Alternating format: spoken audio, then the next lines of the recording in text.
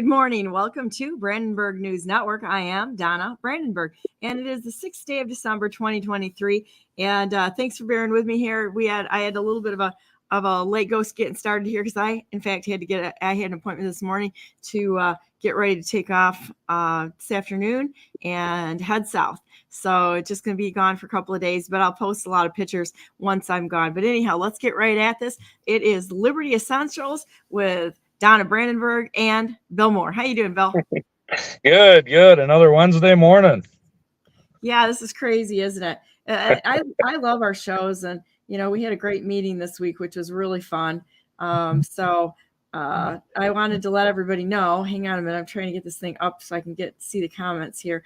That we in fact have a location for our meeting on January 27th, and for the Taxpayers Party, and that is at Center Shot in Dorr. So we're going to go to a gun shop and a range there, which should be really fun. They're really nice. By far the best firearms course I've ever taken was there.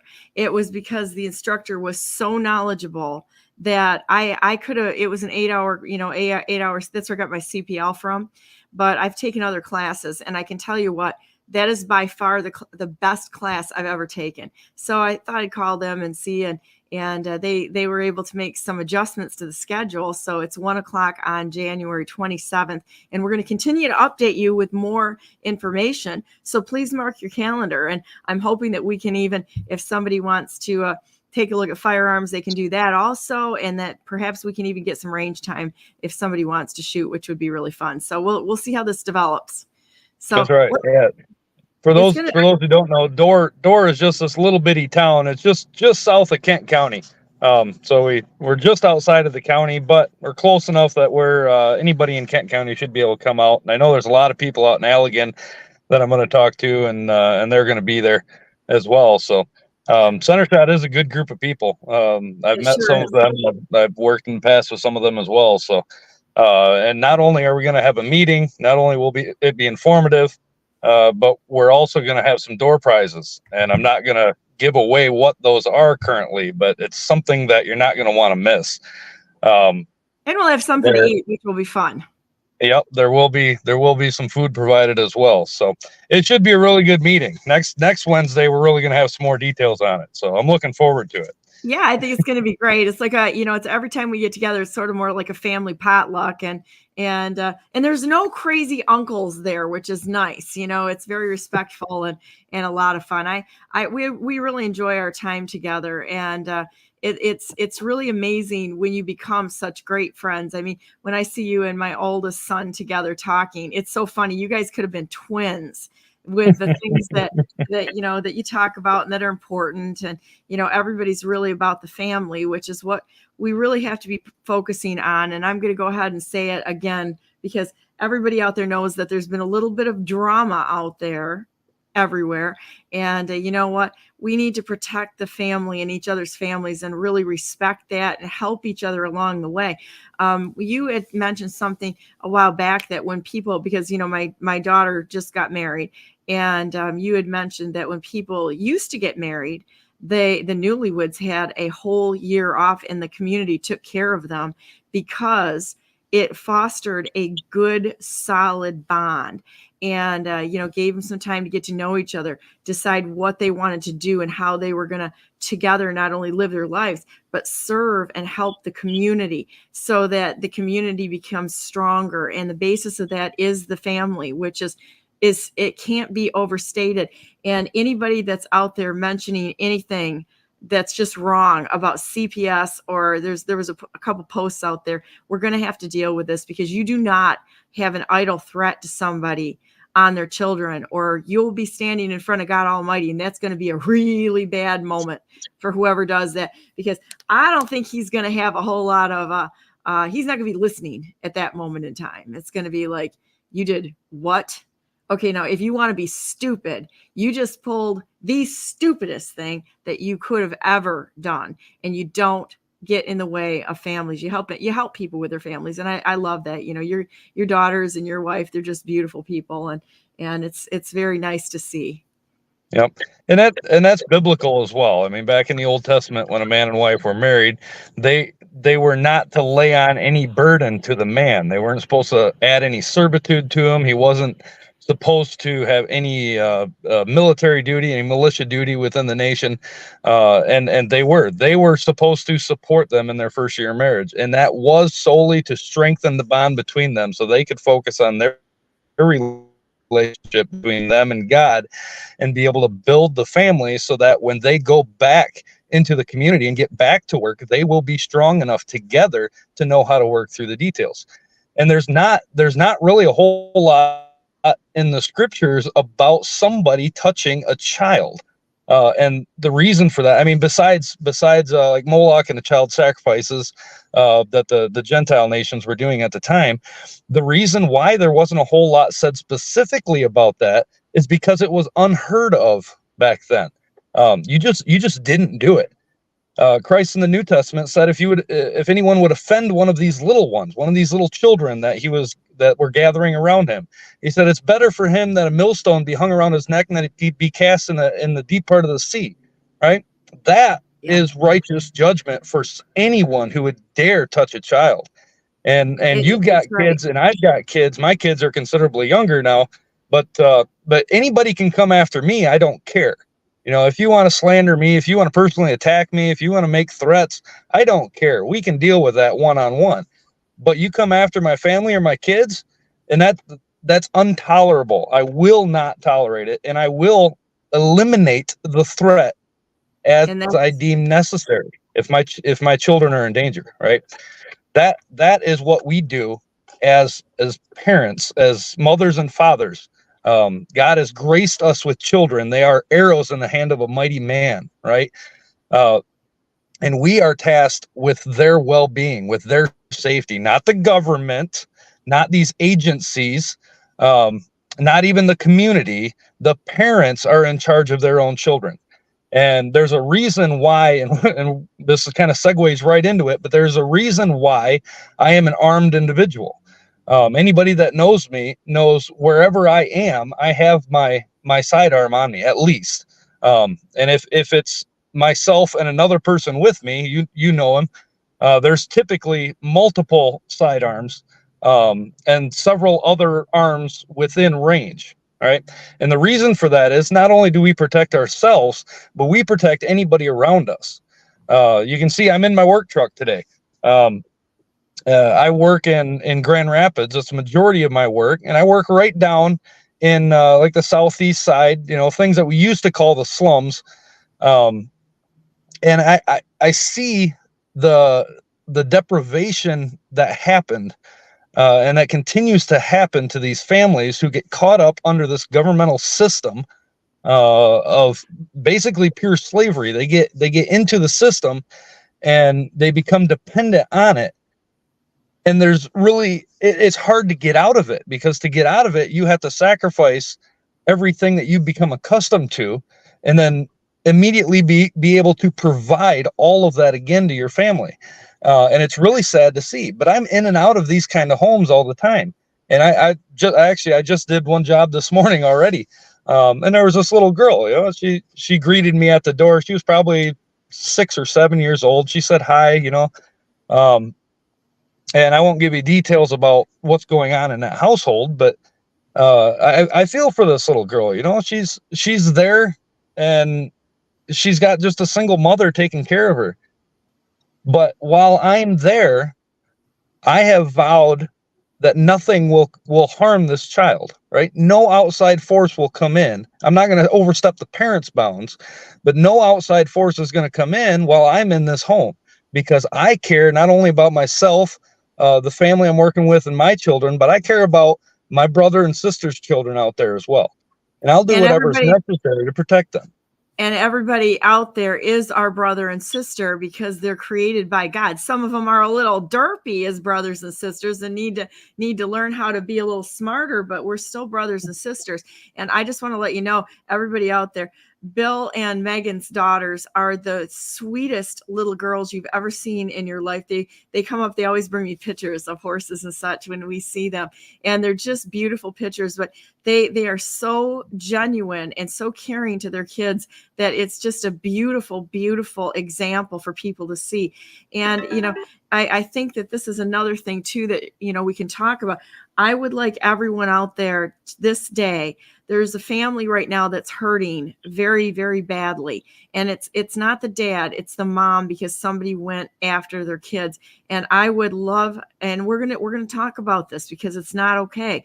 I'd love everybody out there to pray and pray diligently for Warren and Kelly Carpenter and their family, because they were attacked and it's not okay. And so I think that that's something I'd like to ask every single person. And I don't want to hear Republican, Democrat, none of this nonsense. We are people, and this is a family. And this is something that I think that all of us can think about too, is how do we help people around us? So when my daughter got married, one of the things that I've been doing is making sure that every once in a while, first, just even bringing them food, but that's what we do as a family, is we think about things like that. Like when somebody's in need or something, a simple thing is to whip up some banana bread or a casserole or something that can help, that they don't have to do it. When there's new children that are born, you can bring food to a new mom and a dad so that she can focus on that baby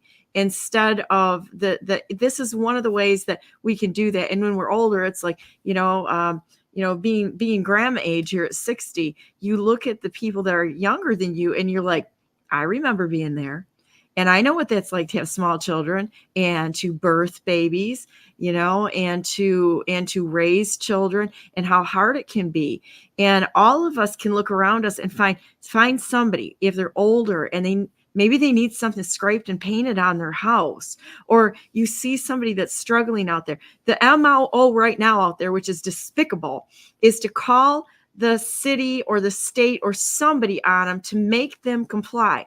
That is such a pathetic, whining, childish thing to do. It's not even funny. If you see a neighbor that's struggling, you can go pick a shovel up and help them, or a paintbrush or something, because you may not know that they're having more problems than what they're going to let on, because people are very proud. They won't ask for help. It's up to us to keep our eyes open and say, wow, this person is struggling. How about we go over and see if we can, see what's going on there. Maybe they've got a clogged drain that nobody knows about. Maybe we've got some driveways or something. I used to, when my kids were little, we would go around the neighborhood and we would do sidewalks and some driveways for some older people. It's like, y'all got enough time on your hands, and watching another cartoon episode isn't on the list of okay. So, we dig people out in the snow and such, and there's snow coming. So everybody can be mindful of that. Get a little extra salt on hands and some shovel. And when your neighbors need help, or the people in your neighborhood, keep some children's Tylenol on hand. Last year, I think it was, our neighbor had the grandkids over and she didn't have any children's Tylenol in the house. So she called me and said, well, do you have some? And I'm like, no, but I got a pickup truck. And we were able to get out when nobody else could to go get them some Tylenol. I mean, all those things that we can knit ourselves together with each other to just love each other and help each other when there's a need there. And there's always a need there. And that's not including the government, because they're worthless. They're not here to help. They're here to extort. And the minute you call any of them on one of your brothers and sisters, God's keeping account of that. I'm going to tell you that right now, because you know what? It's not their issue. It's yours. It's our time to step up, and not the government's. And that's right. Don't get me started, because I'm done with this whole tattletale nonsense that's going on. It's crap. There's something to prayer. There's a lot of power behind prayer, and God does answer prayer. But there are times when leaning on a shovel and praying for a hole doesn't work. Exactly. Not only do we have to pray, but we have to get out there and do the things that need to be done. And so I want to talk a minute. So I'm in the town of Allendale, right? Not too far from you, Donna. And this little big town of Allendale. I remember when it was a lot smaller than it used to be.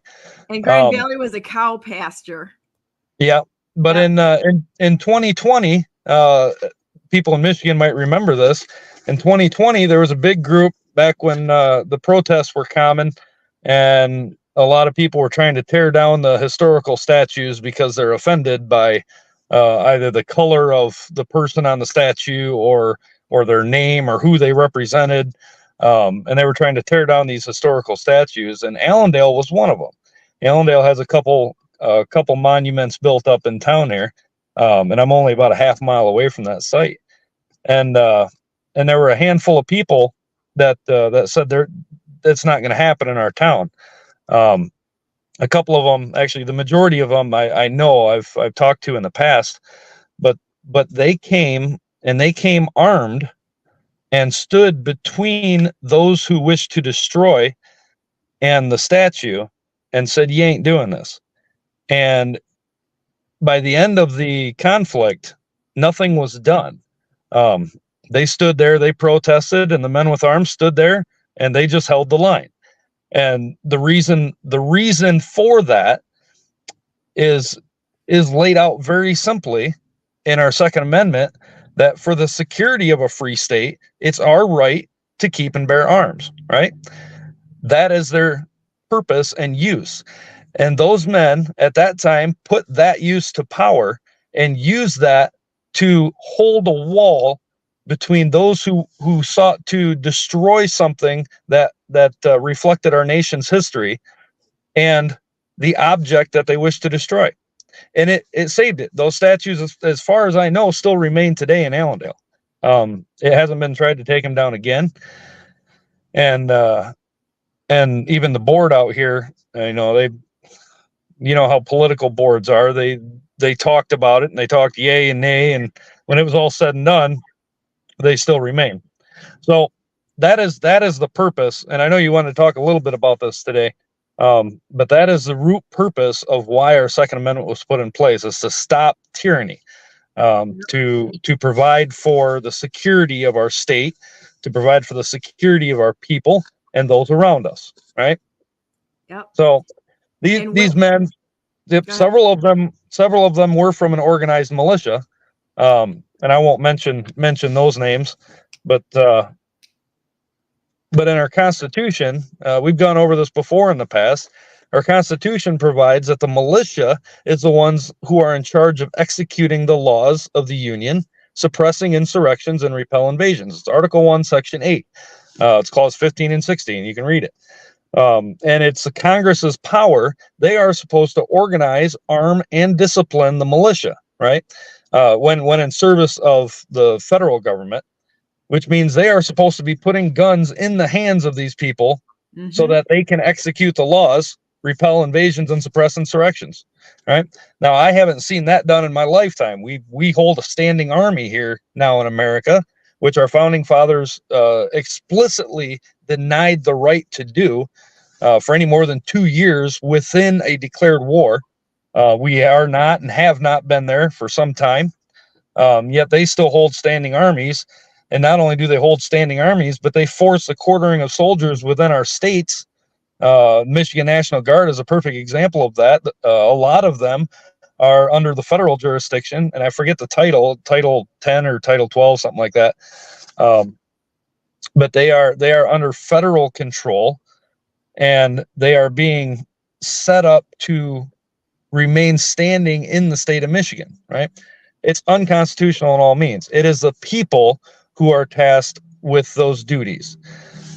In Michigan, we do have our militia is named as the Michigan National Guard, but we also have the unorganized militia by statute, who are the rest of the people capable of bearing arms, right? So it's our duty to remain armed for those purposes.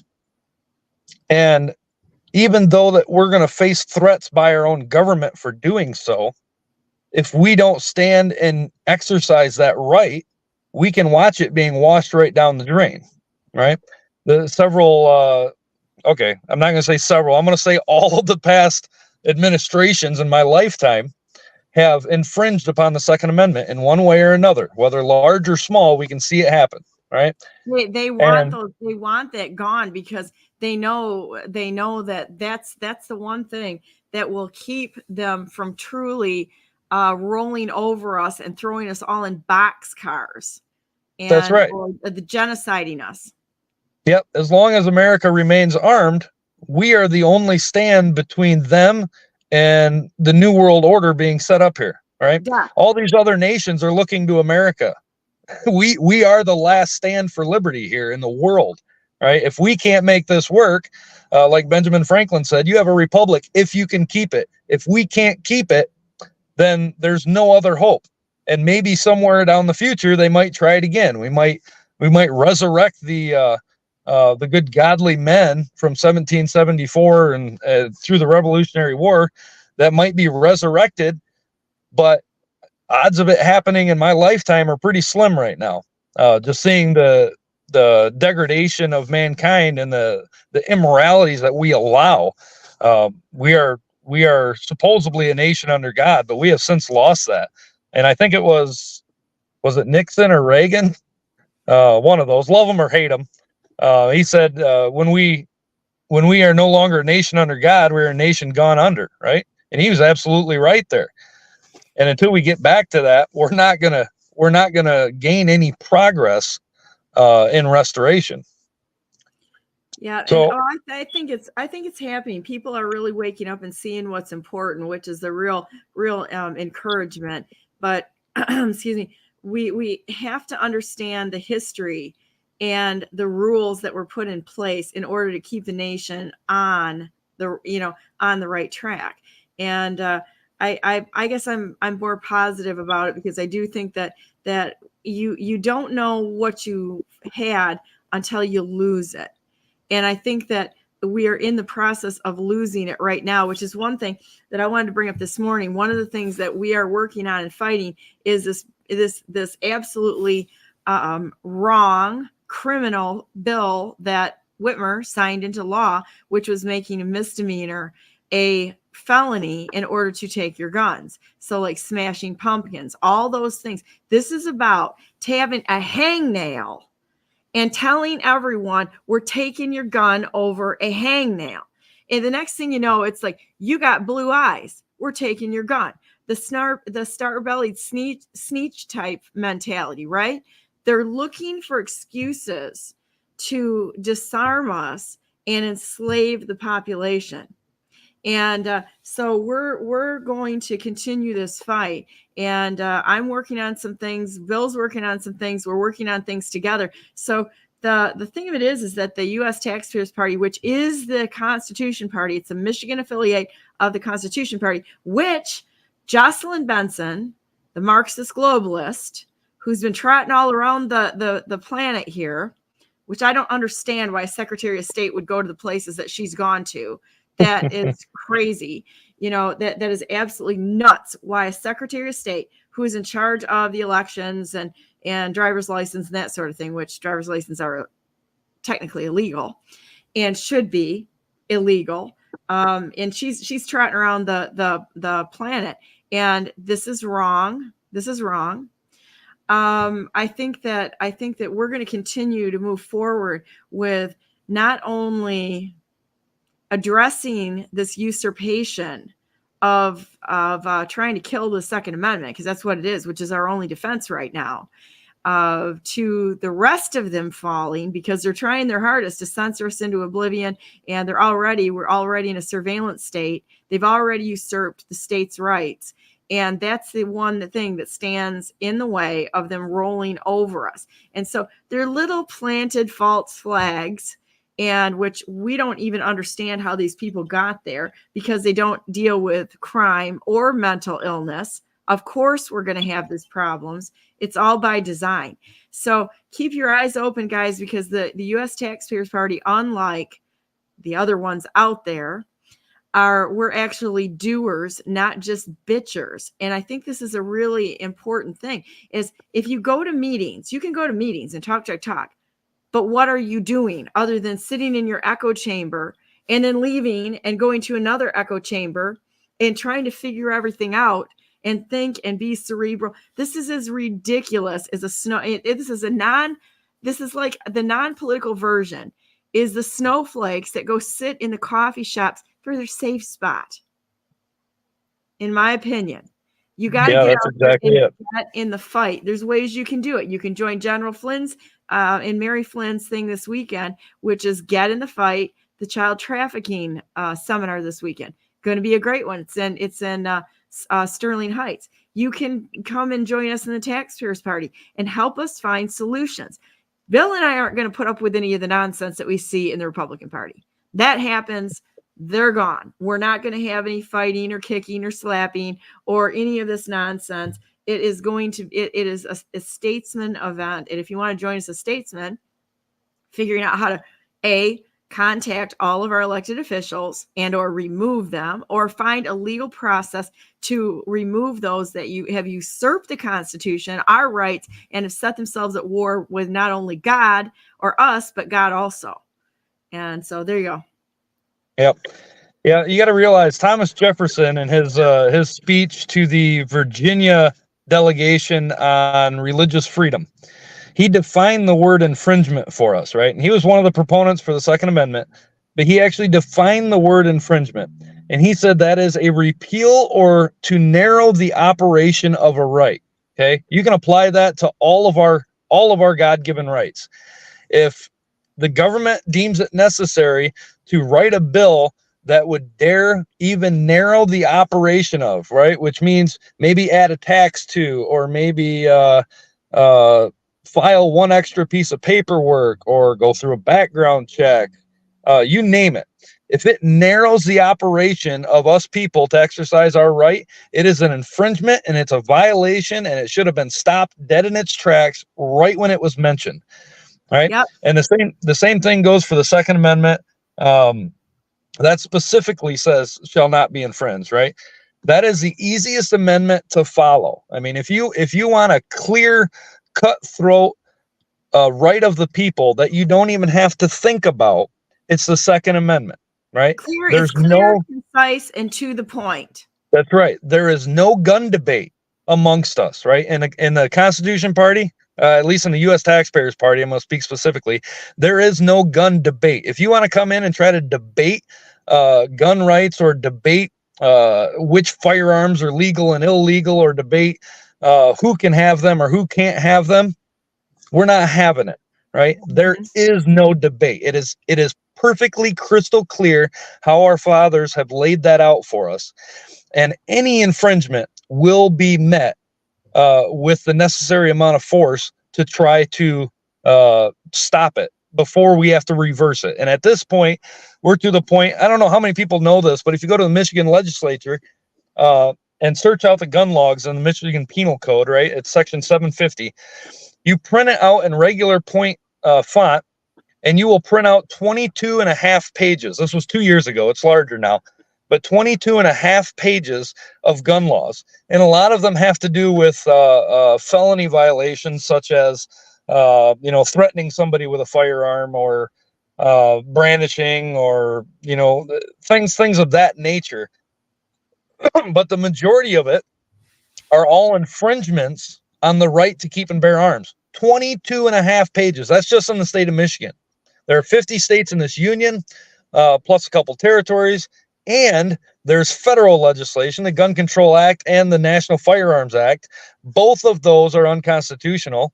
The ATF shouldn't exist. The FBI, the DOJ shouldn't exist. These are guys I deal with on a daily basis, guys. NEA, they all need to go away. CIA, they should all be gone. That's right. That's right. Every single one of them is unconstitutional. They do not exist. It is foreign to the U.S. Constitution, guys.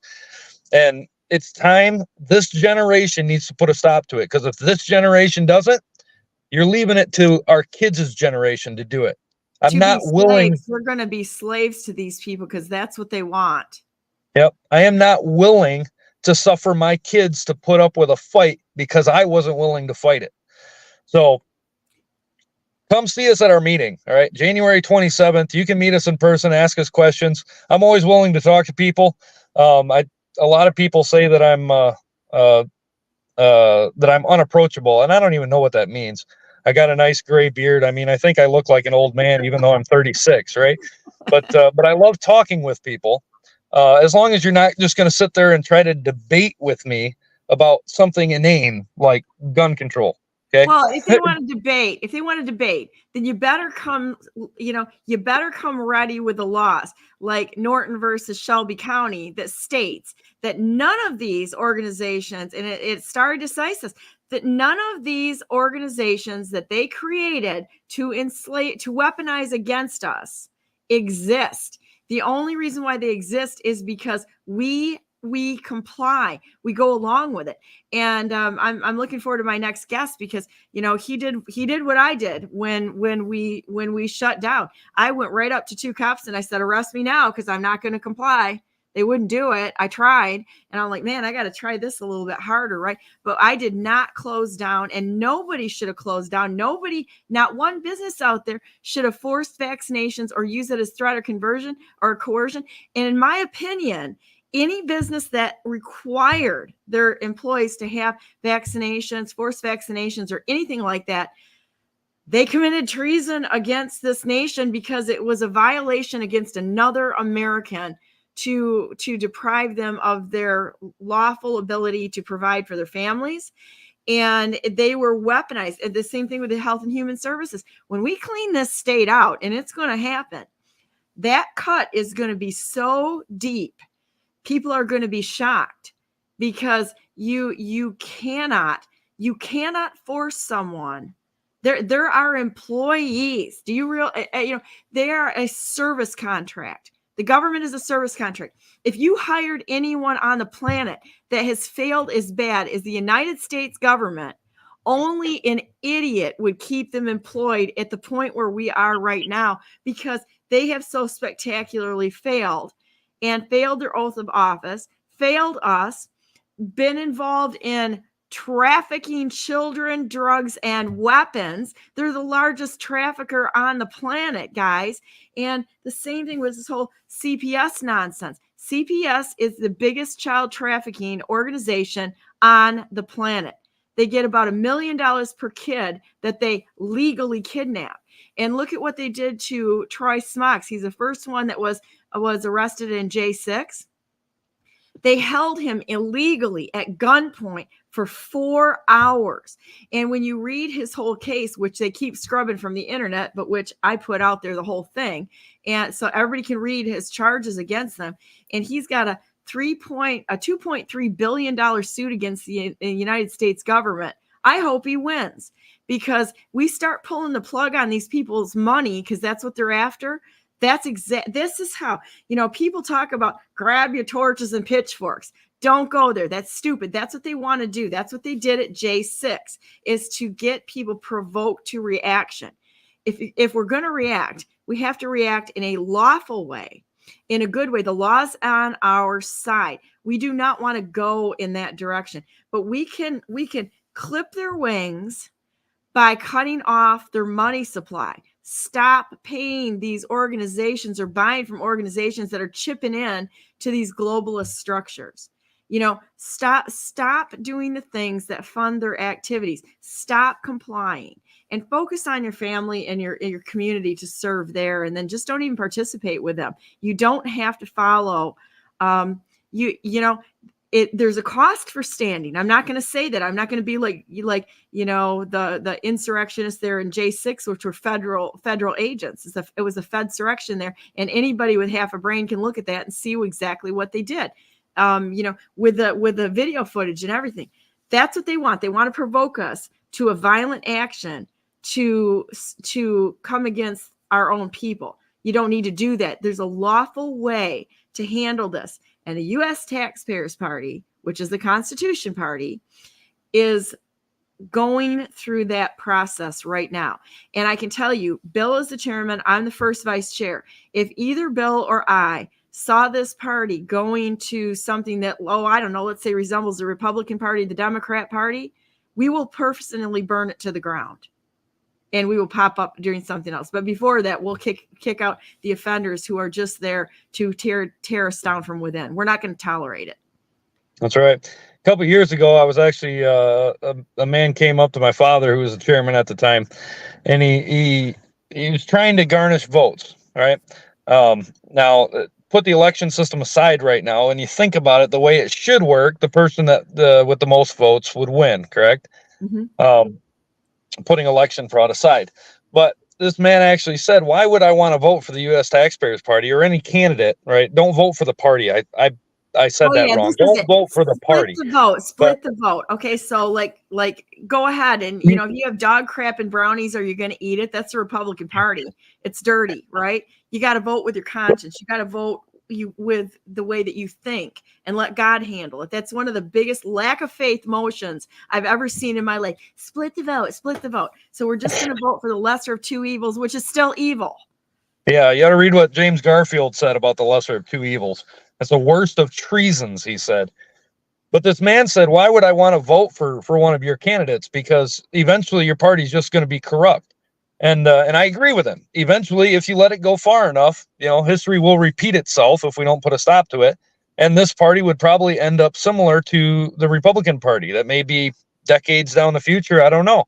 But the thing is, right now, it's not. Put your vote. Access. Yeah.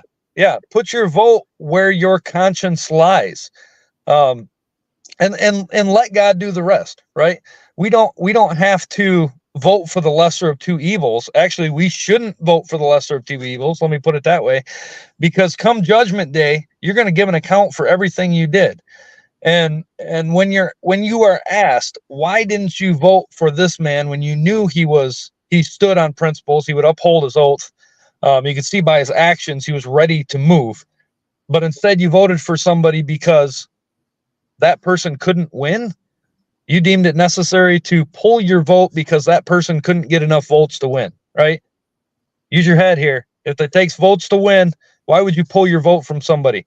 Well, Dixon was a designated loser, and if you look at her background, the DeVosses just propped her up long enough to yoink it out so that they couldn't have the win, because the DeVosses, who, by the way, coincidentally, have got 4 Johnson & Johnson factories that they funded with a large hedge fund. I'm going to blow this thing up. You're going to be shocked at what I found on this. And Dixon, she's a globalist, for gosh sakes. If anybody's not smart enough to look into this, I can't help you. But she comes from a globalist family. Then they sell information. It's an information broker. Look it up. And you'll find out exactly who these people are. She wasn't this little down-home gal. And in fact, with her Lumen Technologies, I want to look down in the background to see how close she is to Bill Gates there, because it sure looks like that would be an easy jump for $5 million company with 10-minute videos to go into school. Are you kidding me? This is nonsense. We talk a lot about the mainstream media, and we all know the mainstream media is bought and paid for. It's run by the government, right? It's basically this giant psyops to create division among the people. But you look at the people that are being propped up by the mainstream media, whether it be CNN, CSNBC, NBC, ABC, any of them, right? You can look at it. Those are the people that they want you to pay attention to, right? They want you distracted from the rest of the people out there who want restoration. They want you to be distracted they want you to be focused on a divisive, either this or that, this person, that person, right or wrong, left or right, Democrat, Republican. That's always the way it's been. And even the conservative crack, as I like to call them, Fox News, right? It's the same way. They all do the same thing, and all they do is keep promoting the fight between two people. And as long as they keep, it's just it's squabbling. Like it's watching like a couple of little kids, fight over a bowl of Fruit Loops. You watch your kids fight. It's ridiculous, and they don't get anything done. Well, Bill, you and I could sit and talk for hours and hours and hours, and we do. Our meeting this week was absolutely wonderful, and we got into doing some more research on fighting these people legally, looking up the laws, knowing what the laws are, knowing exactly how to really land that blow that's going to take them out legally, because that's what we need to do. And the Taxpayers Party, we ain't messing around. We're not going to sit there in these whine and sob clubs. We're doing legal action against those people which usurp all of our rights. So with that said, do you have any last words? We got my next guest coming on here. January 27th. Make sure you come. If we want the results we used to get, we have to be willing to do the things we used to do. So come talk to us, ask us questions, see if we really are the people we say we are, right? Yeah, and come hang out with us. We're fun. We have a lot of fun together, and it's actually we have a lot of fun. It's a riot. So everybody, we'll keep talking about this, and I'm talking to one of our senators as a speaker, and we'll see. I think he's seriously considering this, as well as we're gonna have some fun people there. And so there you go. So have a great one, Bill, and be safe today out there working. And God bless you. God bless Warren Carpenter and Kelly Carpenter out there. And I'd like everybody to pray for them, because we are not going to leave people who have had their family attacked out there by themselves. Send me Warren's information, will you? Or send him my information. Let us get in touch. Because like I said, I'm not just a praying man, I'm a doing man. So I'd like to ask him what he could use from me, right? I think right now it's our mouths, because it's our mouths to kind of just back him up a little bit in our prayers. But I will do that. He's going to be on Monday, and then we'll hear it right from his mouth what's really going on, and hopefully we can help change behavior to a better behavior. So have a great day, and I'll talk to you later, Bill. All right, take care. Bye.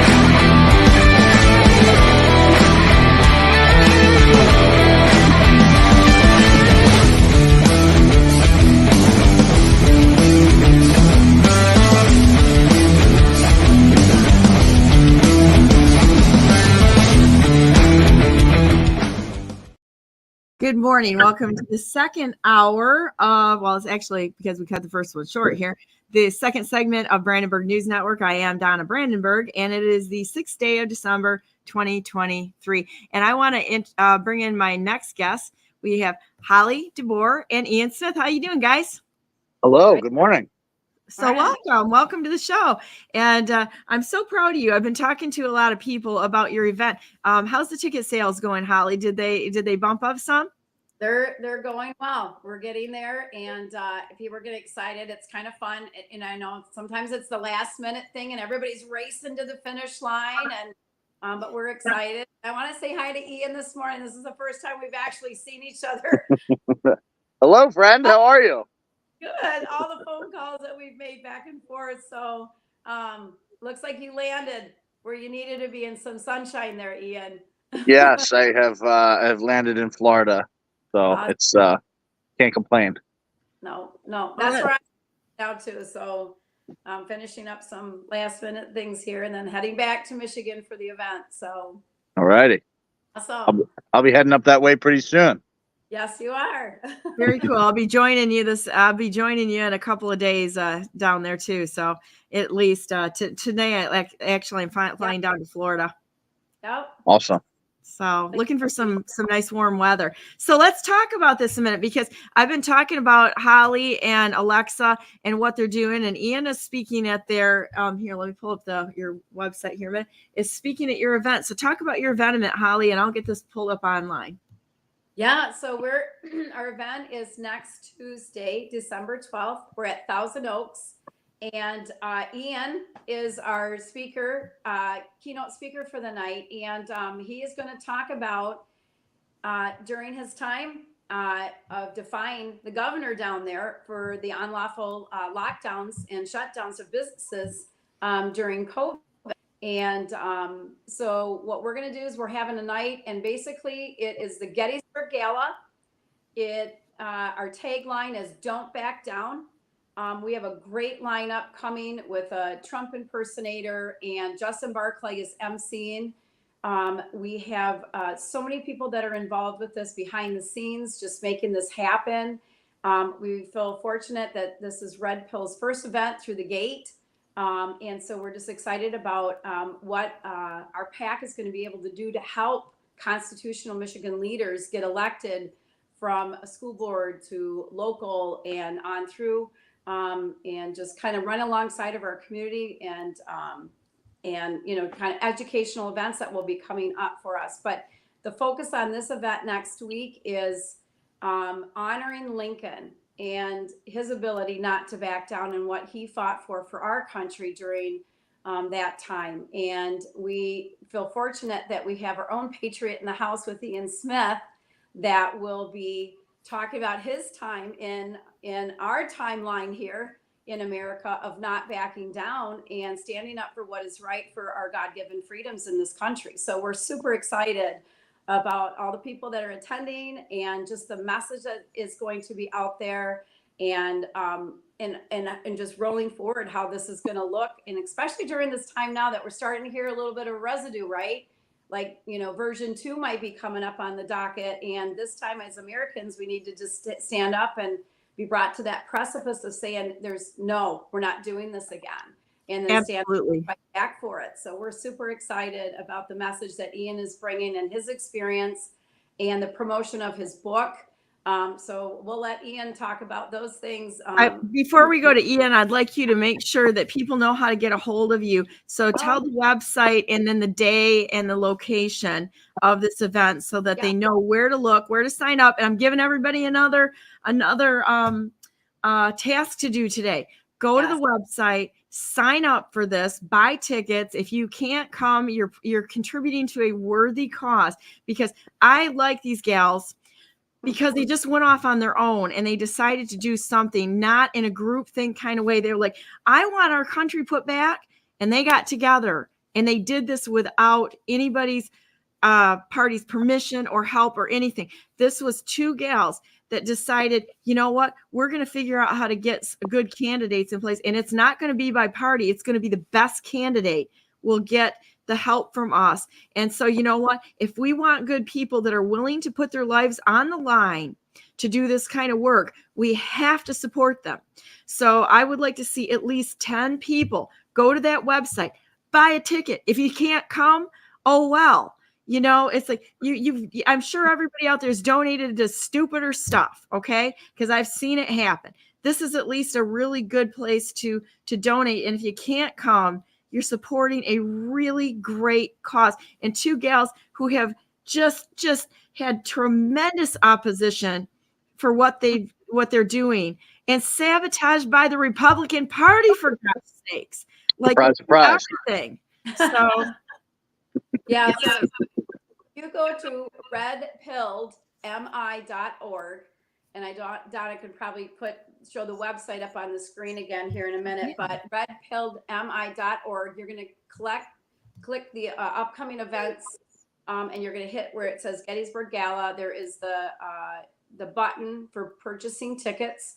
We know we've had a lot of people say, oh my gosh, we can't come. Is there any way we can help out with donation? We're working on the donate button. That wasn't our first thing. I know when we had Kieran on the show before, that wasn't our first thing to put up in the corner. We were promoting the event and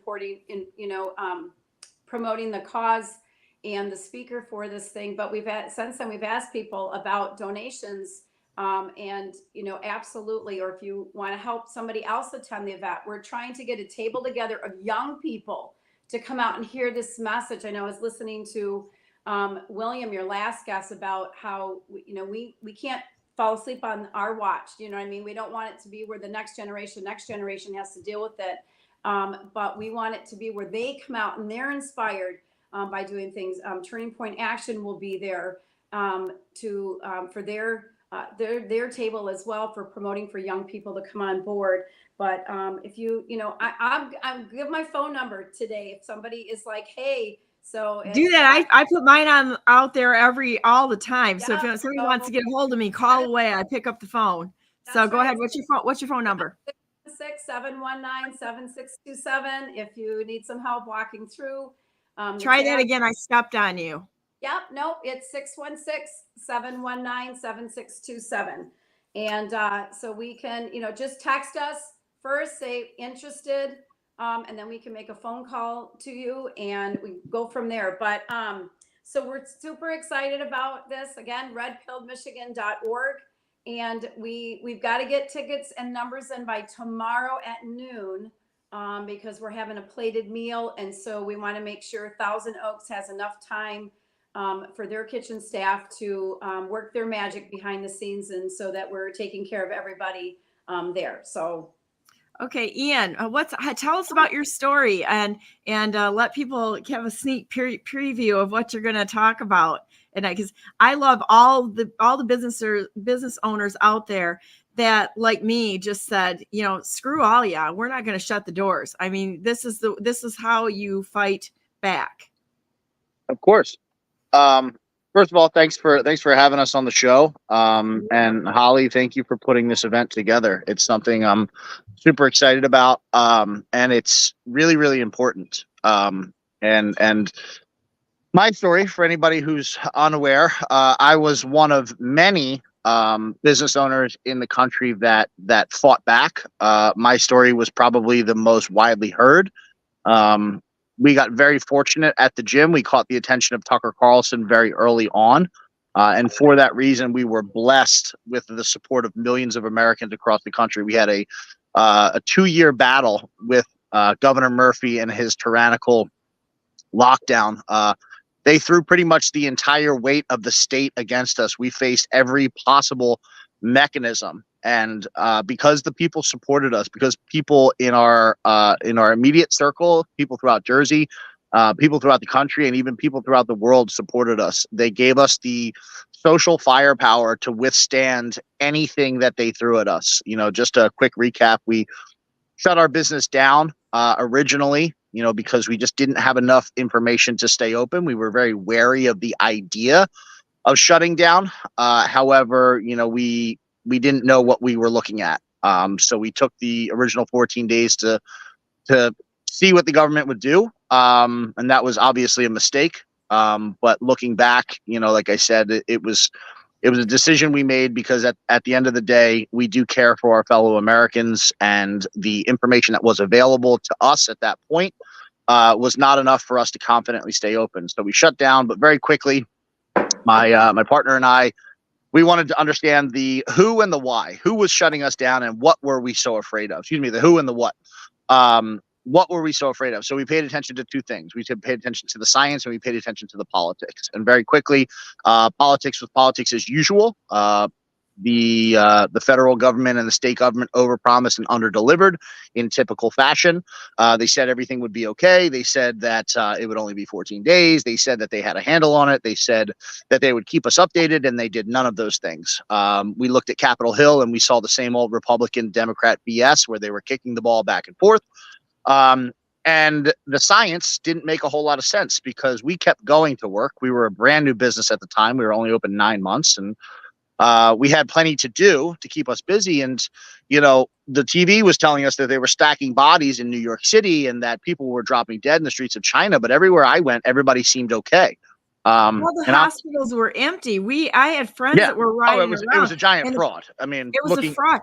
Looking back, it was a giant fraud. I've spoken to hundreds of nurses who said that they closed down most of the hospitals, and it was all for show. And we've seen video evidence of that through the years. But in the beginning we didn't know. But common sense led me to believe that there was more to what was going on. And, I'm far from the smartest person. I'm just a pretty average person in terms of intelligence, but my common sense led me to believe that I should do some digging, and we did. So the information that was presented to us on the television was not matching the information that we would find on the internet in terms of public journals, things like that. So very quickly, we came to the conclusion on day 11 as they passed the $2.4 trillion economic stimulus bill, which very few people read, but we did. Everything in that bill was a giant red flag. Not only were they giving people money for 16 weeks to stay home and pretend to be scared of a virus that wasn't what they said it was, but they were also incentivizing states to run testing. And if you remember at that time, it was test whether you have symptoms or not. We wanted to learn about the tests, and we looked at the PCR tests, and we found out that they're not a diagnostic tool. And that they kick back false positives all the time, but that the federal government was awarding every state money for each positive test. In the state of New Jersey, don't quote me, I believe they were getting $9,000 per positive test. So blank check for the state. All it was COVID relief money. Nobody knows where that money went or how it was spent. And right there, that was enough for us to decide, screw this, we're opening. And we took the next 6 weeks to create a plan because we didn't want to just open, with middle finger salutes. We wanted to keep people safe. We still didn't know what we were facing. So we put together a comprehensive safety protocol and we opened our doors. We opened our doors and we were met with resistance all the way. We went to the government.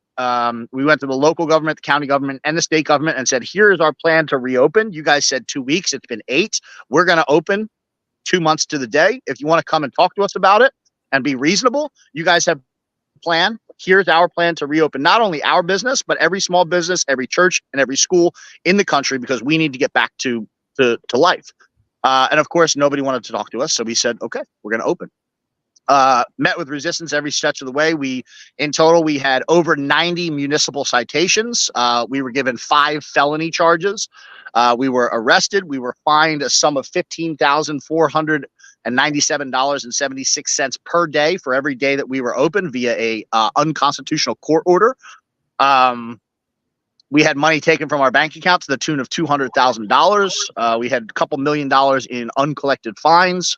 We were arrested. We had our business locked on us. They came and changed the locks. We had our doors boarded up. We had our power attempted to be shut off. We had our sewage sabotaged, and everything you could possibly think of. We were harassed. They had Antifa coming to our business. We had death threats coming to us. You name it. We had the media on our backs. They were slandering us every chance that they got in the media. But by the grace of God and the power of the people, none of that meant anything because we were given that social firepower and that support. And no matter what happened to us, people said, nope, stand back up. Here's a couple bucks. We're going to show up to your gym when you need to. We're going to share the story when we need to. We're going to talk about it. We're going to demand that there's news coverage. We're going to come and we're going to watch your gym for you so you can go home and sleep. We're going to buy your t-shirts, whatever. And collectively, all of that made us unstoppable. And eventually they ran out of things to punish us with. And all we had to do was weather the storm. And we kept the wolves at bay. And eventually they moved on to something else. And we were able to stand our ground. And that's the most important thing I think that Americans need to realize is that these people are far less harmful than they pretend to be. Everything that they try to do to you, as long as you are strong enough to withstand the initial sting, will fall apart. You just have to be prepared for battle. And it's always better to meet the enemy on the battlefield than to be at the edge of the cliff when you've backed up and backed up and backed up and you're fighting off of your back foot. And that's what we did. And we were very, very fortunate. There were other businesses who tried what we did. Some met with very little resistance. Some had some great sheriffs in the area. And there's some like the business Tin Horn Flats in LA that had a ton of support, but just didn't have enough. And LA County sheriffs and the LA County government came and erected a chain link fence that was cemented into the ground around their business. So we were very fortunate, but there's a lot of lessons in what happened. And that's the message, is that every American has the capability to do this. And not only does every American have the capability, I think that every American has the duty to stand up against their government when their government is out of control. And it's I don't think it's something that you could dispute at this point, that our federal governments are wildly out of control at this point. And if you love this country, then you have a civic duty to chip in. And it doesn't have to be in the form of some epic battle like we had at the gym. Chipping in means showing up at events, means supporting good candidates, means donating your time, donating your energy, donating your money, donating your voice, donating your platform, and being an active and involved citizen. Because if you would have asked me 3 years ago, almost 4 at this point, if I would have thought I could have had the impact on the world that we have, I would have said no. And I would have told you the same lie we all tell ourselves. I'm just one person. But that proves to be wildly untrue. And it's probably the most dangerous thing that we tell ourselves because it's very limiting. And we lead ourselves to believe that our choices don't matter. And they do. They do beyond our wildest comprehension. Well, looking forward, that's an amazing story, and going forward with the experience that you have and looking at where it surely appears, because I saw a billboard for the new variation of pneumonia, which you can read the adverse reactions to the vaccinations, and it's listed clearly right there. Yeah. What would you say legally if a person was going to prepare for this? The knowledge that they need to be prepared for this, to stand and feel the confidence to stand against this type of tyranny, what would you tell them to have in their hands? Copy of the Constitution, copy of your federal Constitution and your state Constitution. Read it twice, read it 3 times, take a marker to it, underline things, ask questions. If you don't know what it says, look it up, or ask somebody who is a little bit more experienced. That is the only thing you need. That is the law of the land. And with that, you have a bedrock from which to stand and fight back from. But if you don't understand the laws and you don't understand your rights, you cannot exercise them. You cannot exercise your rights if you don't know what they are. And the people who trample on your rights are banking on the fact that you have never read these documents. Yep. And they will scare you with their with the whip of power, and they will try to frighten you with things like incarceration and fines and stuff like that. But there's 2 things. One, you have to know your rights in order to exercise them, and secondly, you have to exercise your rights in order for them to exist. Just because you know that they exist doesn't that you have to be prepared to say, no, I am a free man or a free woman, and I have the right to free speech. I have the right to assembly. I have the right to bear arms. Whatever the right is, I have the right to commerce in the case of shutdowns. You have to, like I said, know them, but they don't exist just because you know them. Your rights only exist when you exercise them, when you stand firm and say, I am a free man, I am a free woman, these are my rights, and you will not cross the line in the sand. And if you do, I will fight back. And that doesn't mean, some insurrection nonsense. That means I will hold you accountable by the law of the land. And these people bank on the fact that people do not know how to navigate the law. That's been how they have gotten away with everything they have gotten away with for the last 100 years, is that they have made people ignorant to the law and made people ignorant to their rights and alienated them from the true power that they have as Americans. So the most important thing you can do is read these documents and understand. That's beautiful. I would add deprivation of rights under the color of law too. I think that if everybody has has that in their pocket at all times, and there it is, you don't have any rights there. And in any of the standing laws, I think it's real important though. You have to be prepared for crisis ahead of time. Absolutely. And in a court of law, you always have to have things written down. So to have these things, because when you get in a crisis, most people go into an unthinking reaction, and then they just react to things instead of having control of the situation and going toot, unmovable. One of the best ways to counteract that is to have this stuff written down in order of what you're going to say, how you're going to address the fact that you are you're a person in the republic, not the civil action jurisdiction. And these are the laws that support this. And this is exactly how they're usurping it. Do you want to stand trial when they come at you? Because you've got the right at that point in time. Troy Smocks has got a $2.3 billion lawsuit going on against the federal government. I think he's going to win. He's got it pretty well nailed down. So it's kind of going to be kind of interesting. Well, that's amazing. Now, how did your clientele react to this and the community? I would say overwhelmingly positive. Obviously we had people that disagreed with us. let's say at least in the beginning, because when we opened, it was wildly unpopular to question the COVID narrative. I mean, people were still grandma killers for not following the arrow signs in the grocery store. That's how, deep we were into the COVID nonsense. So I would say probably about 50% disagreed with us, but of that 50%, I would say only a small minority of people hated us for it. There were people who disagreed and just said, hey, good for you. I don't want to come to the gym. And obviously we weren't charging people or dragging them out of their homes. So it was a disagreement on principle, but it wasn't a disagreement to the point where people hated us. Obviously there was a small portion, I would say maybe 20-30% of the people who disagreed with us who did not like us for what we did, but oh well. They tend to be the loudest. So it feels like there's a lot of them, but that's not the case. These are just the people who have nothing better to do. So they will troll you. So they will, we were getting calls, we had people who were calling us 150, 200 times a day.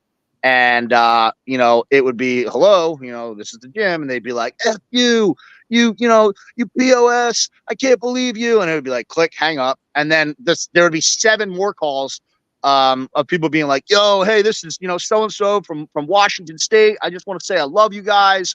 And then there'd be another call. So, you're going to get that, but you have to understand that it is a minority. It's a loud minority. And the government and the media have a very, very good mechanism and system to amplify these voices. This is not the majority of people. It's not. If anything, the majority of people don't care either way, which is a whole nother thing in and of itself. But the hatred and the trolling and all of that, it's very over exaggerated. And also, I would add that they have a very, very short memory span. These people hated us, and George Floyd came around and they all disappeared. And then they came back a little bit later when the vaccines rolled, and then they disappeared again, and they're on to the next thing, and then they're back and forth. So it's like they're like gnats. Like it's annoying. It can be stressful, but if you realize, like I said, it's a small minority, and most importantly, these are people who don't support you anyway. These are people that exactly. These are people. I'm a sponsored athlete with a nutritional company, and during that time, we used to get people who called about me and said, "Oh, I can't believe that you work with him." And they would check the phone number, and these are people who never placed an order with the company. So it's scary, but it's a specter at best. I think one point here that you brought up to this point is that these people that are making all the noise, they don't work, most of them. Yeah. So my whole thing is who is funding these worthless opinion broker things? How are they living unless somebody's paying them? Oh, it's manufactured. It's entirely manufactured. It's just like the invasion on our southern border. It's an invasion. This is an invasion. Let's call it what it is. And there's no one on the planet that can tell me that someone with their little kids in tow walking up the street is making a 2,000-mile journey on foot. Are you kidding me? Not in those numbers. I'm sure it happens, but not in.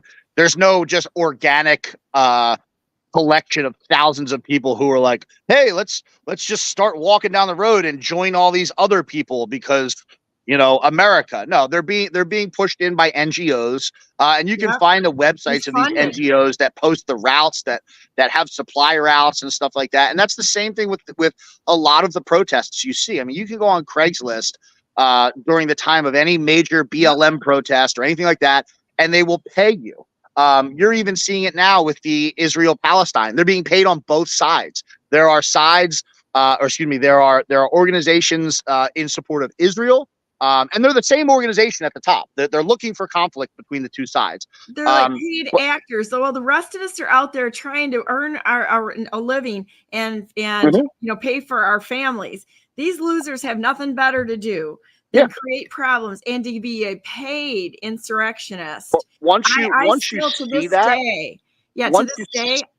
I don't know why we haven't gone after BLM, because it was a corporation, and held them accountable for the $2 billion of damage that their paid employees did. Mhm. They were getting funded. Did we forget about the pallets of bricks that wound up in cities Right. and Where stuff did like they that? come You know, from? it's there. But once you see that, it should bother you much less in whatever you're doing, whether you're running for local office, whether you have a PAC like Holly, and I'm sure you guys have been met with some resistance. If you haven't yet, you certainly will. You can totally drown that out.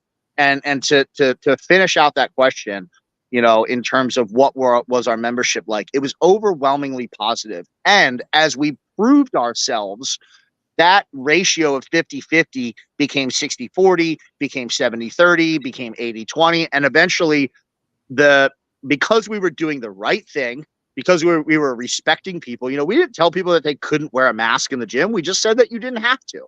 And there were people who came to us like super nervous the first time, you know, the first week or 2 or 3, and they had a mask on, and they were like 1% of the gym population. And a lot of those people wound up just kind of listening to what was going on and hearing people's conversations. And those people would come in one day smiling without a mask and say, you know what, I can't believe I fell for that, but thank you for respecting me. But thank you for not forcing your belief upon me and just saying, hey, you know, this is a place where everybody can come. So the support that you will get when you are genuine and you are honest and you are dedicated to your mission will only grow as you stay with it. And that was so true with the gym. By the end of it, I mean, we were being fined $15,000 per day, and we were able to withstand it. We had our bank account taken to the tune of $200,000. You know, and I tell this story quite a bit. And it's not the only way people support it, but it's very, very easy to comprehend. They took $200,000 from our bank account, zeroed it out in the middle of ongoing legal battles that were costing upwards of 30 to 40 grand a month, on top of paying all of our bills, on top of paying the increased costs of business. I mean, we were going through $900 of paper towels a month to clean the place. Oh my goodness. They took that money, and all I did was I went on my social media, which had become like an emergency broadcast system at the time, and I said, hey guys, here's an update from the gym. And I would give a weekly or a couple times a week update. And I would say, hey, this is what's going on legally. This is what's going on at the gym. I said, hey guys, they took all of our money. We have $0. We don't know what we're going to do, but we know that we're open. We're open today. We're open tomorrow. So, you know, thank you for the continued support. See you guys later. And without asking for help, people went to our website. And by the end of that week, they had purchased $100,000 in t-shirts. We didn't even have remotely that many in stock. You know, and they didn't care about the t-shirt. They just wanted to help us. These are people that already donated to the GoFundMe or whatever. And the GoFundMe, you know, received a nice bump as well. But I didn't even have to ask at that point. People were just so willing to be part of, you know, these were people that couldn't fight elsewhere. They didn't have a business to open. We had people buying memberships from California who said, I just want a key tag. You know, here's a year-long membership. You know, here's $200 for the year, or here's a donation. You know, can you just send me a key tag? I just want to put it on my keychain and say I'm a member of the gym. You know, so that is what happens when you do something that is good for the people and that is honest. And it doesn't always start out like that. You'll always have a little bit of turbulence coming out. You'll have a low turnout at your event or whatever, or you'll have some resistance. But if you stay true to your mission, and your mission is honest and it is one that is for the people, people will eventually see it for what it is and they will support it. Especially as, you know, crisis comes. And I think that we are honestly due for something. We're heading into an election year. We have multiple proxy wars going on. You know, you have the whispers of whatever the next current thing is in terms of viruses. You have climate lockdowns. You have all of these things. You know, so doing good work and staying preemptive, staying on our battle footing, I like to call it, is the best thing that we can do. And I think that what Holly is doing and her PAC is a perfect example of not sitting around waiting for the next thing to happen. Or sitting around and trusting that the two-party establishment, you're somehow going to to be saved by the same GOP that has let us down, especially in states like Michigan and New Jersey, where I'm from. The GOP are nothing but professional losers in these states. And I've experienced that when I ran for Congress. I experienced it when we were opening the gym. Not a single elected GOP official reached out to us during all of that. Not one. They didn't even call us to say, "Hey, good job." They did not want to put their neck on the line, and these people are not interested. And I know that's very similar to what you guys have going on there. So, somebody like Holly, they are being proactive. They are going to meet the enemy out on the battlefield, and they need your support. They need your support not just to buy a ticket to one event, but to sign up for whatever newsletter they have, to sign up for whatever information they have, to share it, to spread the message. It's, again, people underestimate how important their voice is. I don't care if you have 10 friends on Facebook. Share the post, and share it 20 times, because people may not see it. We tend to think that what we do doesn't matter, and it does. You never know who is watching you. You never know who is looking at your stuff. You never know how many times they have to see it for it to click. But use what you have to help people who are really doing good work. And I think Holly is a tremendous example of that.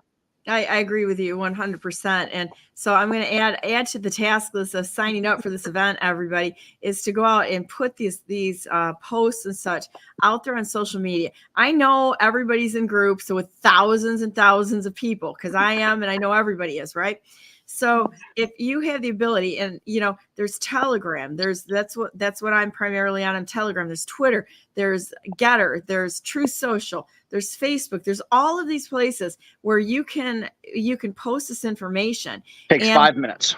Yeah, it's like, this is a really easy, low bar for entry situation to be a help. But honestly, if we can get 10 more people to sign up today, even 10, we might be able to get 100 of them. Let's shoot high and see what happens here. Yeah. People to sign up today and really, really bump that up, that encouragement up. You've only got one more day to do it.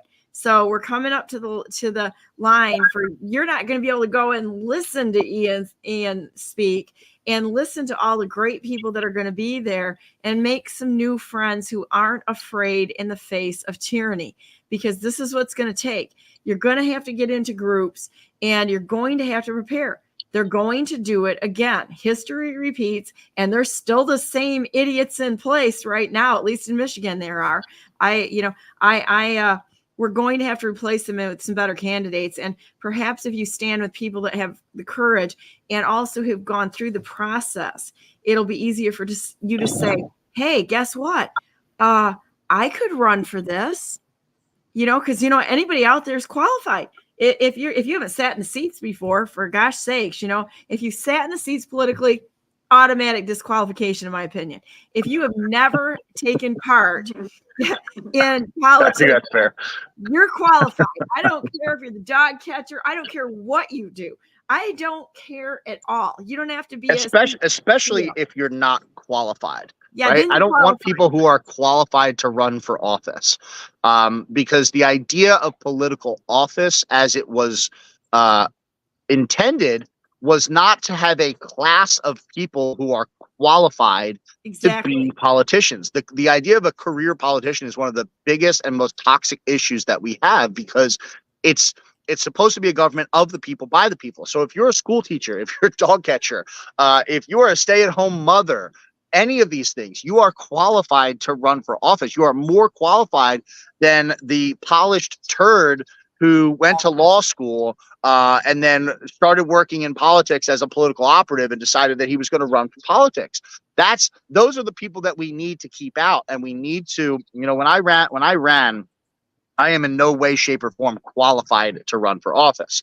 I don't even own a suit. I'm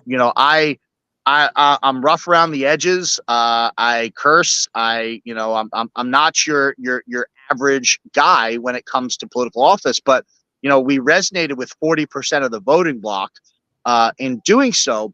And we gave the Republicans a hell of a run for their money. They had to outspend us by 11 times. We spent about $100,000 on our campaign. They spent 1.1 million to beat us. They were scared. They had to pour a lot of money into that to shut you down. And they did. And then they sat down in the general. And they didn't even run against the candidate, which just shows you that, you know, these people do not have your best interests in mind. And you know, the most important thing is to realize that probably the most dangerous idea that we have is that somehow in 2024 we're just going to elect Donald Trump and everything's going to be okay again. And I like Trump. I like Trump for a lot of reasons. I disagree with him on a lot of things, but there's this idea that all we have to do is show up, you know, in November of 2024 and somehow we'll just go back to the way things were. And that's not the case. It's not the case. We need to be involved in local politics first. That's the thing that you should be paying attention to the most, is what you can do locally. It is much easier to get a win. There's a whole lot less resistance. There's a whole lot less barrier to entry. And that means your town council, that means your school board, that means your county chairs. A lot of these places, or a lot of these positions, are either uncontested, unfilled, or it's an easy race to get into, you know, and you have to dismiss this idea that somebody is coming to save you, that you're just going to vote once every 4 years and we're going to get Joe Biden out of office and Trump's going to come in and wave his magic wand and life's going to go back to normal. Because even if Trump gets in and he waves his magic wand, he's not going to solve the issues at the local level. He's not going to rein in your out of control state government. He's not going to rein in your out of control county government. He's not going to rein in your out of control township or your school board. Even if he wanted to, he can't do that. The idea that one man is going to save 300 million people is silly, because he's got too many tasks to do. Yeah, how's he going to cover that ground? There's no possible way. Exactly. Even if he wanted to, and he had the best intention in the world, and he sacrificed every waking hour of his life, you know, he's not going to fix 300 million people's lives. But if 300 million people fix their own lives and step up, you're going to make his job so much easier. And in the process, you're going to fix what's in your backyard. And, you know, it's just, I can't overstate the importance of getting involved locally. And if you don't want to run, that's fine. But you've got to get out and you've got to support, you've got to spread the message, and you've got to get rid of this ideology that what you do doesn't matter. Well said. And I think too, so another thing is, if you're thinking about running, check out to see how many realtors and developers on your boards, local boards, because this is a big deal. It's a conflict of interest. Yeah. All these people are using the governmental structure to profit off of things and find a way for you to fund it. That's exactly what's happened here. This is what happened with the Johnson & Johnson plants that the DeVosses moved into place. This was not funded by them. They have these big hedge funds out there that will throw them. They got money fetty going in every single direction here. So you can go to your local areas and find out who these people really are, and find out, are they developers? Are they realtors? If they are, why are you having them in charge of your zoning commissions? Because they're going to be voting themselves every on the local level. They're going to be voting themselves every advantage, and you're going to pick up the tab on the infrastructure. And so, I mean, that's how they do this. So, well, anyhow, I'm going to put this back up here again. And Holly, give yourself, let everybody know how to find you, throw your phone number and everything out there a minute, and then we'll end in a prayer. Okay. Well, yeah. And I know that Ian is right. We're hitting a lot of opposition. So, you know, but at the same time, the phone calls that we're making, people are saying, we don't know where to give our more, because they're listening to what's happening at our level. Like, our GOP is a mess. And so when they find out that all of a sudden this extra thing on the side that is fighting for we the people, they get excited. And I want to encourage people, if you're thinking about running, don't be afraid. I mean, that's what I did. I didn't know what I was doing. I walked into it, but I love serving people and I love listening to what's going on. I want to solve the problem. So I want to encourage people, we are not fighting for a position of victory. We're fighting from a position of victory. We the people, there's more of us than there are of them. So don't let them drive fear into the narrative here. Stand up for your rights. What Ian said too, know what your rights are, and so when you walk into that, at least you know how to stand up for it. So really quick, Gettysburg Gala, super excited about this event. First one, like we said out of the gate, Ian Smith, you're just hearing from him this morning, everybody. There's more of that. We're, coming from, you get a time. If those of you want to sign up for the VIP room, you want to talk to him personally. He's signing books, hanging out for an hour. We're giving books away too. Everybody who comes, sorry, I didn't mean to interrupt you, Holly. Everybody who comes, we're just giving my book away. And I'm going to sign it and I will chat with everybody. But let's make this event a good one. Yeah. And we've got Justin Mark is emceeing for us. Those of you who've been hearing him, he just interviewed also Ian, to hear that interview as well. Get excited about the possibilities of rising up and taking our state, our country back, and putting the freedom back on, in the mix here of what we need to, and fighting for what is right for future generations. So we're super excited. We actually have Sounds of Freedom is coming to sing for us at opening for our national anthem, and we're just super excited about the whole entire event, like from start to finish. We're excited about seeing coming up to the day and actually saying we nailed this target. We finally are crossing the finish line on this. It has been a 10-month battle up and down to get to this point. So we want to put a plug out there again. If you want to buy a ticket or help somebody out, I just want to let you know, we are offering 2 tables of 10 for young people. We know that this is sometimes out of your price bracket, but if we want young people to come out, we are offering 2 tables for free. We have somebody sponsoring 2 tables for you to come out, hear this incredible message, and start being a part of the doers in our country instead of sitting back and letting everybody else do it. We want you to get involved with what's going on. So that's the phone number, 616-719-7627. Text me. Let me know if you want to sit at one of our sponsored tables for the young people. And if not, if you're interested in purchasing a ticket, or you want to know how to help us out, whether it's volunteering, future events, or whatever, we're happy to hear from you. Just do us a text message on that phone. Otherwise, I'll be on the phone all day long, which is what we're doing right now, making cold phone calls and encouraging people to come. So just text and we'll get it done. But tickets, we need to turn numbers in tomorrow morning, or tomorrow at noon, in time for our chefs to prepare a fabulous meal for us. So okay, and go to redpilledmi.org. That's where you sign up, is redpilledmi.org. Yep, and hit the events, upcoming events page. It'll take you right to Ticket Tailor. You can pick out your seat, purchase your tickets. If you have any concerns or questions with that, just let us know. The phone number's out there now, so no hate mail. We just want all good things going forward.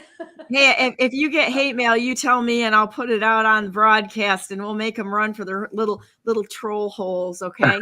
So here we go. Prepare for battle, and I put my sword back in my teeth. We, get up there and put on our armor, right, and get out there. And so we've been through it before. Their voices are little tiny bobbleheads, little tiny people with big heads and a big, megaphone. And, we got better things to do with our time. And so do they, obviously. They got all this time they're wasting, hating on other people that, go away. All right. Well, thank you, Holly and Ian, for coming on. Let's end in a prayer here for everyone. We're going to pray for Warren Carpenter and your event, and, Bill, and what we're doing with the Taxers Party. Dear Heavenly Father, we thank you so much for this ability to fight for your good purposes, this nation has been such an amazing gift to all of us, and we're willing to step up and put this nation back to the proper position it should be as one nation under God, where we listen to you, where we serve you, where we bring things before you, where we follow the things that you ask us to do. I ask for us a blessing on Warren and Kelly Carpenter and their family, that you would protect them, that you would give them peace, that you would walk with them, and that you would richly bless them and their family and every single thing that they do, especially their children, and shut anyone's mouth that comes against them. And please put down the naysayers or anyone that would be as a threat to them. We thank you so much for Holly and Ian and Alexa and what they're doing here. And we ask that you bless their event coming up, that you would richly bless them, that you would get people to go to the website and help support this mechanism for putting good candidates in and good leaders that can stand in the position to serve this nation as you have called us all to do. We ask your blessing on Bellmawr and his family, his entire family, and what's being accomplished in the U.S. Taxpayers Party to fight for our rights, especially the rights to bear arms and have a well-regulated militia.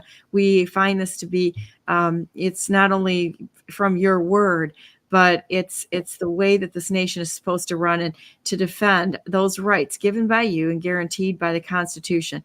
We are so grateful for this day ahead of us. We're thankful that we can come to you with any and all things that are on our hearts, and that you have an answer for everything out there that presents itself as a problem.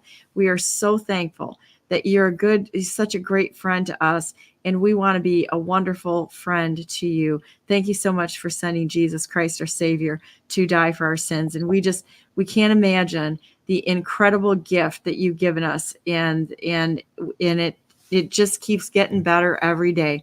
Thank you so much for everything. We love you, and we pray this in Jesus Christ, our precious Savior's name. Amen. Amen. There you go, guys. So here we go. Go to BrandenburgForGovernor.com, because I'm still not conceding, and I won't concede to liars, cheats, and thieves. And I am the best non-conceder who has ever not conceded in the history of this planet. I'm going to be headed down to Mar-a-Lago this weekend, so we'll see what the rightful president of the United States says. President Donald J. Trump, the rightful president of this United States. I ask a blessing on General Flynn and Admiral Rogers, and on the event that General Flynn has going on in Michigan this weekend for the child trafficking. Get in the fight. That's another one that's very, very, very easy to get involved there, as well as to sign up on that from at americasfuture.net. And you'll find a lot of my friends are going to be there, and a lot of people that you're very familiar with. You got Jason Jones, who worked on the border, and talking about a real issue that is not only affecting those people, it affects us all. You can't look away from this, because if we look away from these issues where they're trafficking these children, we're going to be held accountable. You cannot turn the other way on this. And so I'm going to ask everybody to go ahead and join in with that, and send send your support, your prayers, and everything you can, even your posting, everything, all of that counts. Every single action you take counts in restoring this nation. And don't think that there's small actions. Every action, God himself will multiply exponentially. You just have to be willing to take that first step into things. So anyhow, have a great day today, and know that God is with us in every single step. If anybody out there is feeling hurt and alone, you are not. God is right there by you. You can always turn to him, and he will help you through whatever circumstance you have. Don't feel despair. Don't feel depressed.